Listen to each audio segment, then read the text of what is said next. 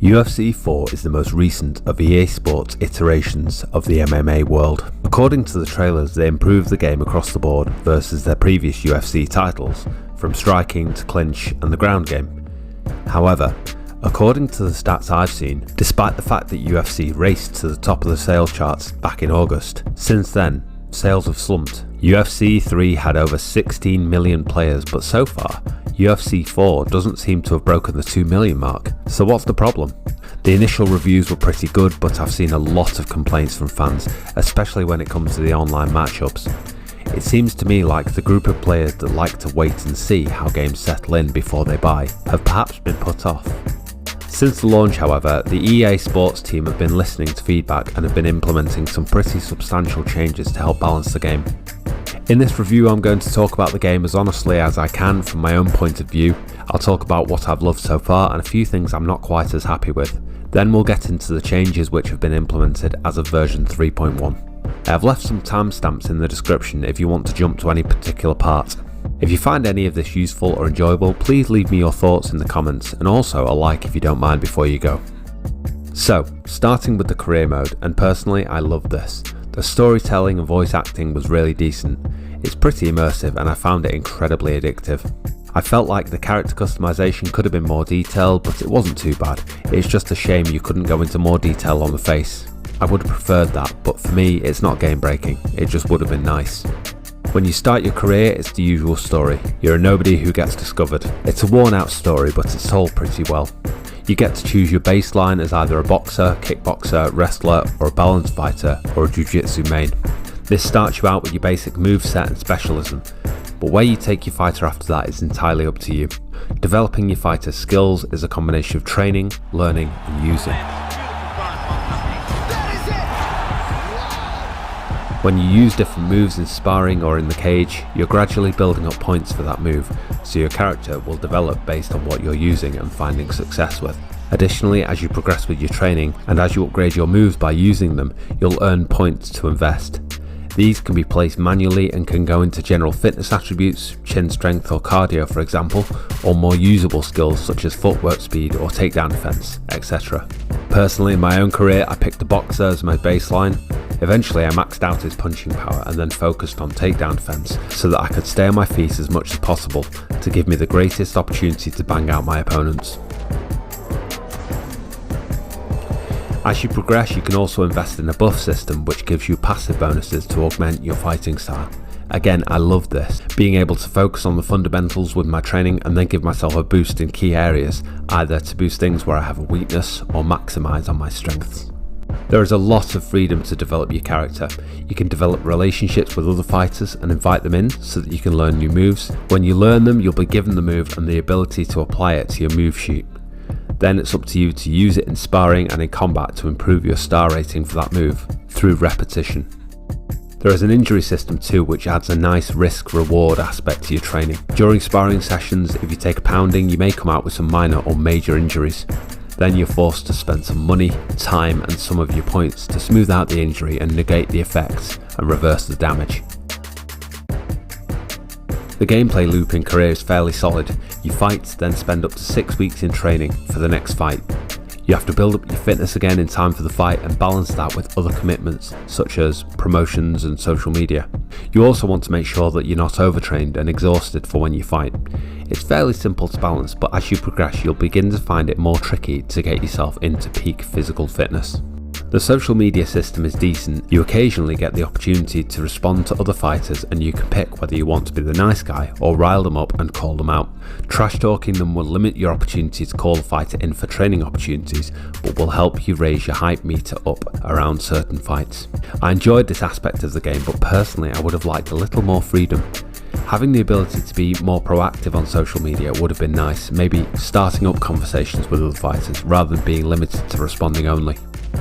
What I did find during the career mode was that I was spending more time in training than I was actually fighting.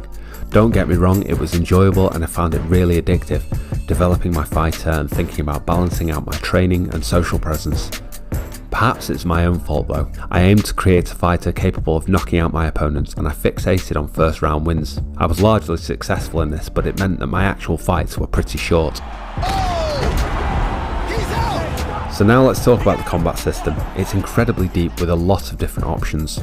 In EA's defense, I feel that they've done a great job of capturing the moves and implementing it in such a way so that it's accessible even though it's complicated.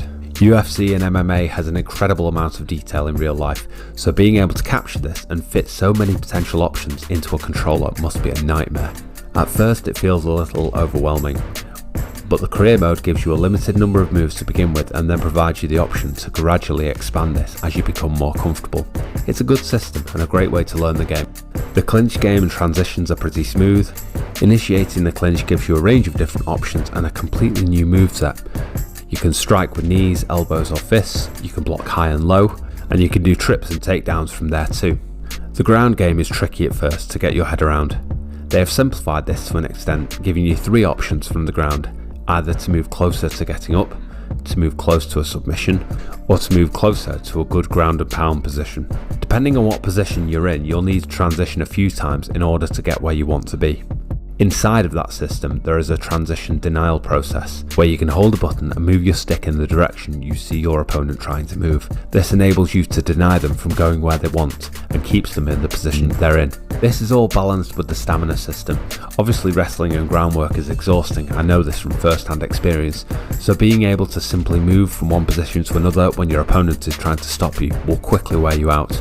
And this is where some of the problems began to creep in with the game before the updates. So now let's talk about a few of the problems the game has seen and some of the common complaints, and then we'll talk about what's been done so far. There was some drama in September this year because EA had been greedy. They had been putting adverts and product placements in during replays.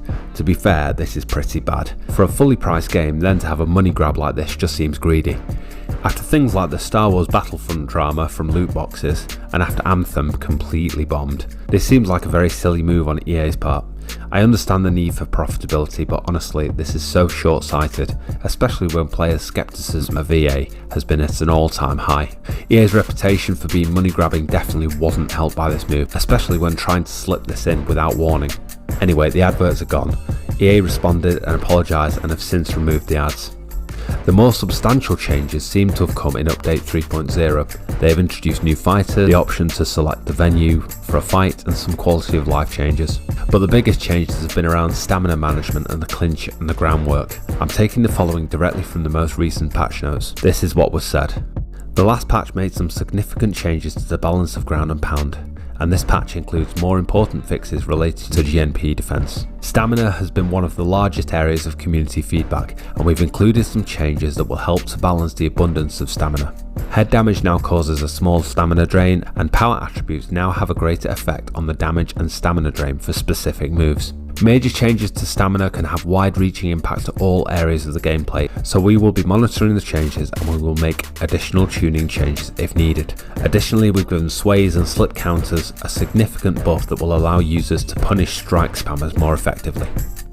Clinch spam has been another major area of feedback from the community, and in the latest patch we've made a small update to increase the vulnerability of a fighter attempting clinch entry. While that change has helped, it was not as impactful as we would have liked, and we've made some more adjustments to the clinch in this patch. Most notably, we've tuned the clinch entry and exit stamina drain. Escaping the clinch will now have a much smaller stamina drain for the defending fighter, which should discourage those fighters who spam clinch for the purpose of draining stamina. We've also tuned striking within the clinch, including an unintended issue allowing fighters to land multiple strikes on an opponent as they are escaping the clinch. We will continue to monitor community feedback regarding clinch for additional tuning needs. Submissions were tuned to allow greater penalty for moving too fast on offense or defense. Previously, on choke submissions, users were able to flick or spin their bar haphazardly without incurring a major penalty in the form of maximum size of the bar. The new changes increase the maximum size that the bar can grow by moving too fast.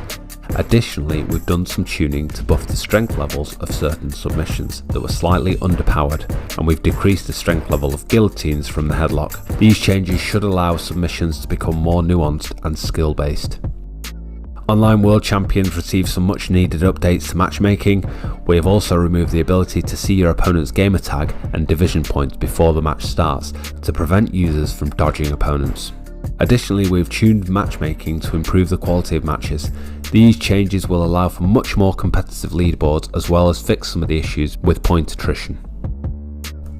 My own personal complaints about the game are relatively minor. I feel that they could have done more with the graphics. They introduced a shockwave system to show striking impact, but what I mean is that the general graphical quality of Fighter doesn't look like it's come too far from the previous UFC game. I believe that this is the last UFC game they were contracted to make, and the timing of next-gen consoles was pretty bad for this game's release.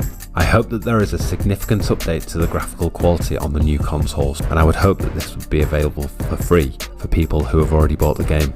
The shop system too is a little odd, lots of novelty looking items to dress your avatar up in, but very little in terms of real life merchandise. There are a few other game modes too. You can pick Fight Now option, which will allow you to pick a fighter and jump straight in. There is a backyard game mode called Stand and Bang, which is designed to be more of a boxing or Thai boxing match without the ground game. Finally, there is a mode which reminds me of the old kickboxer movie from 1989. This mode is pretty ridiculous, but a fun little diversion if you just want to get in the ring and experience a more arcade-like feel.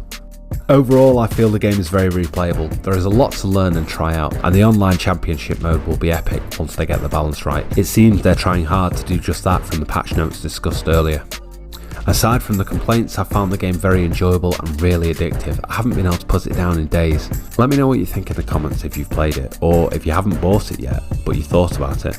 What's putting you off? I hope you found this useful. Leave me a like and comment if you don't mind. Sub if you're new, and I'll wrap it up there. Thanks for watching, take care, stay safe, bye bye now.